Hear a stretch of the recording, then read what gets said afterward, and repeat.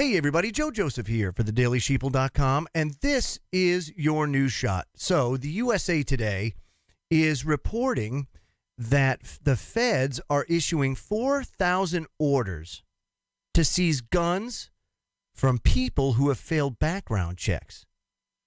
Listen to this. Federal authorities sought to take back guns from thousands of people the background check system should have blocked from buying weapons because they had criminal records, mental health issues, or problems that would disqualify them. Now, this review found that the FBI issued more than 4,000 requests last year from the ATF to retrieve guns from prohibited buyers. Now, this is the largest retrieval of guns in 10 years, according to FBI records.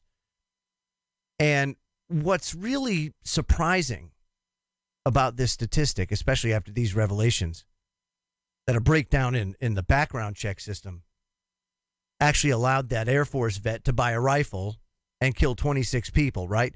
That's what they say. Now, you don't know if that's the case. You don't know if there wasn't more to it than that, if this guy wasn't being manipulated. There's all sorts of things that go into this.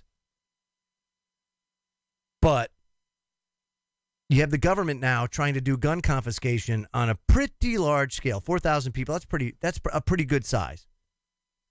Now, the National Instant Criminal Background Check vets millions of gun purchases every year. And thousands of these gun seizure requests seem to highlight that there's an inherent flaw with the system, with the people that are conducting these background checks. First of all, why do we even have background checks in the first place? If you think about it, if a constitutional right is to bear arms and that right shall not be infringed, then why do we have to ask permission for something we have a right for? That's a very valid argument to present to the government, because they won't have a leg to stand on, to be honest with you. And a lot of people will say, well, it's for peace and safety, everything else. Look at what peace and safety has gotten us.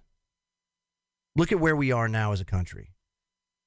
It's absolutely appalling that we allow gun confiscation to happen at any level, let alone 4,000 people. Now, the ATF agents tasked with retrieving the banned weapons from unauthorized gun owners, they say are exposed to potentially dangerous confrontations. I'd say so. Yeah, government comes knocking on your door trying to get your guns. How many people have thought about that scenario before that watch this video? And of course they say, well, these people shouldn't have weapons in the first place because it just takes one to do something that could have tragic consequences.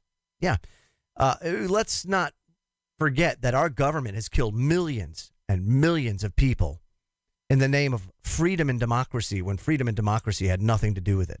Yet they're holier than thou and can tell you whether you can or can't have a gun.